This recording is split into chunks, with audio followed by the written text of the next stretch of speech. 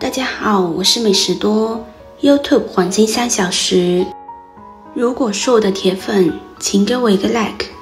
第一次看我的视频，请您静悄悄地给我一个 like。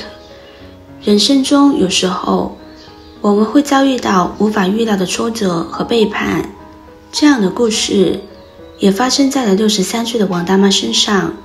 数十年的辛勤工作和牺牲换来的房产，竟然被最亲近的儿子和儿媳妇所骗去，并被无情地赶出家门。他感受到了来自亲人的背叛和无情，那个曾经给予他温暖和爱的家，如今已经变得冷漠而陌生。王大妈回想着自己曾经生活过的房子，那里存着她和丈夫共同创造的幸福回忆，但如今却成为了她不堪回首的陌生之地。然而王大妈并没有选择沉沦，她知道不能让儿子和儿媳妇轻易得逞，她决定用一招夺回自己的房产，让他们空欢喜一场。下面就来听听王大妈的亲身经历。我今年63岁了，有一个儿子和一个女儿，大的女儿今年36岁。我们那个年代计划生育抓得非常紧，因为我和老公家里的兄妹都不止一个，所以生了女儿之后，村里的妇女主任就监督我们去领独生子女证。但是我和老公都是传统的思想，总觉得女儿大了早晚要嫁人的，成了别人家的人，我们还应该生儿子来防老，所以我们就一直没有去领独生子女证。后来儿子好不容易出生了，还罚了我们几千块钱，但是我和老公却很高兴，我们总算是有儿子了，以后养老就不用担心了。老公在工地上班，经常往外跑，他走南闯北的，也很有见识。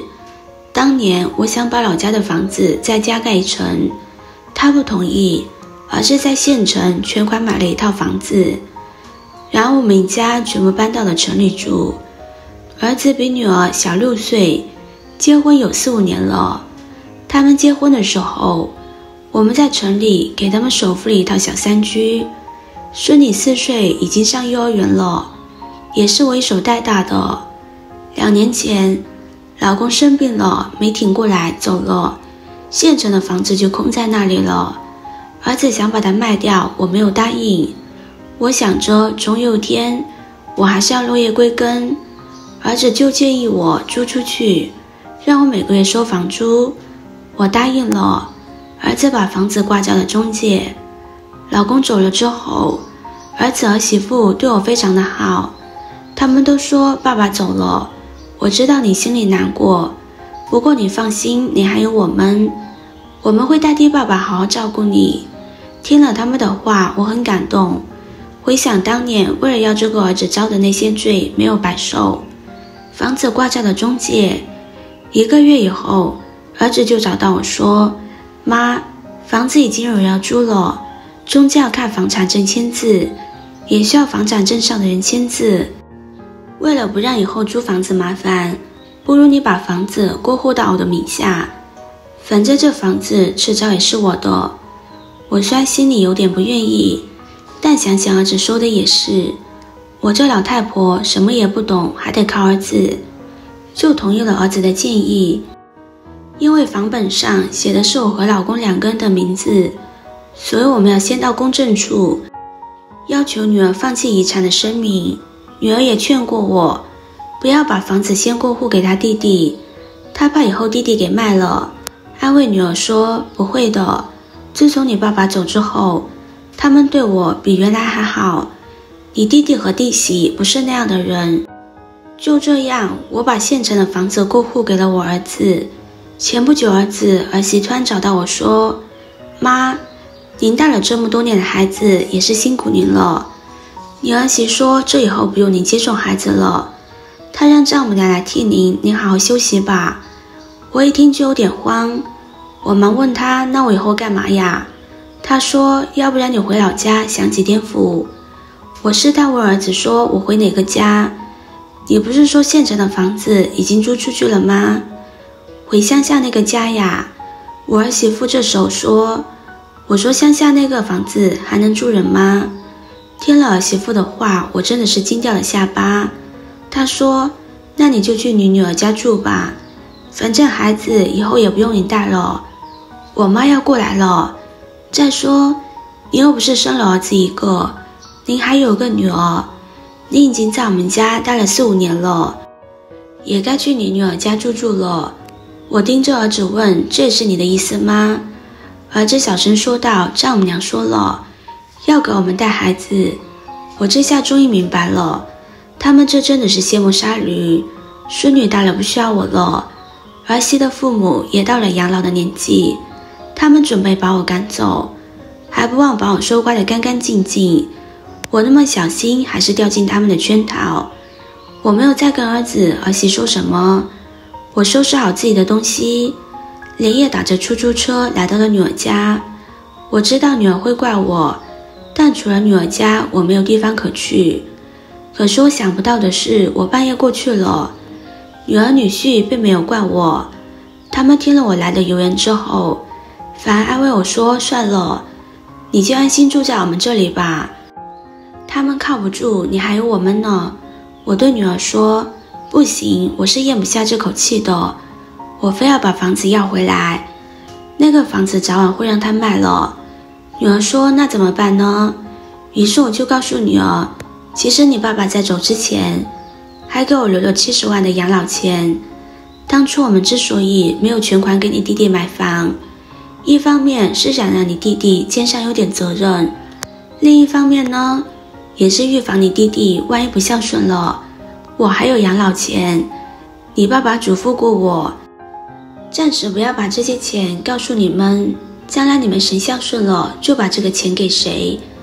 如果2人都孝顺了，那就平分。你明天就打电话给你弟弟，把我这里有钱的事告诉他，同时别忘了对他说我要分钱了。第二天，当儿子听他姐说我这里还有70万，夫妻俩一早就过来了。一进家门，又是往日那个亲热劲，妈长妈短的说着，还说是来接我的，还说孙女想我了，必须得我带，离不开我，就是他妈妈想带也不愿意。我冷笑了一下，对他们说我是不会再回去了，现在你爸爸留了这么多东西，给了我一套老房子，还有张70万的卡，我年纪也大了，本来是老师想准备我走的那天全部留给儿子和儿媳，但是儿媳那天的话提醒了我，我也不光是只养了儿子，我还有个女儿呢。现在我决定2样东西，你们2姐一人一样，要房子就没有存款，要存款就没有房子。儿子你最小，你先选吧。儿子听了我的话，2个人大眼瞪小眼，从他们那个表情里就能看出他们那个后悔呀。他们最终当然是选择存款了，因为我那个房子充其量也就值个40万。我说，既然你们选择了存款，那明天就把房子过户给你姐姐，然后我把卡给你们，我以后就住你姐姐家了，住个5年之后再到你们家。儿子儿媳说好。第二天2人陪我去了趟银行，看着我卡上的确有70万，然后才到房产中心把房子过户了。等他们把事情全部办完了，都已经快晚上了，我就把银行卡给了儿子。结果第二天儿子儿媳就找上门来问我，妈，卡里怎么1分钱都没有啊？我笑了笑说，你们去办过户的时候，我已经到银行把银行卡给挂失了。儿子儿媳这才知道，我也跟他们玩了一个大的圈套。2个人就在那里互相看了一眼，我伤心地说，我是那么的信任你们，我以为你们夫妻俩是真的孝顺的孩子，想不到你们是卸磨杀驴，先不说你爸爸刚走没多久，你们就开始惦记我的房子。儿子，我可是你的亲妈，早知道你现在是这样子，我当初就不应该生你。我含辛茹苦的给你们带大孩子，帮你们洗衣做饭，你们却是这样报答我，什么养儿防老，我养你这样的儿子就是要了我的命啊！算了，我就当没有你这个儿子，你们走吧。说完了我就回屋了，而哲熙站在那里痛哭流涕，拼命的忏悔，但是我却一点都不为所动。你们觉得王大妈的做法对吗？好了，今天的分享就到这里了。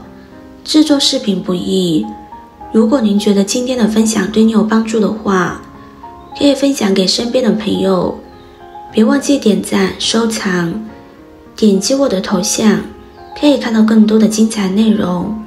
我们下个视频见啦！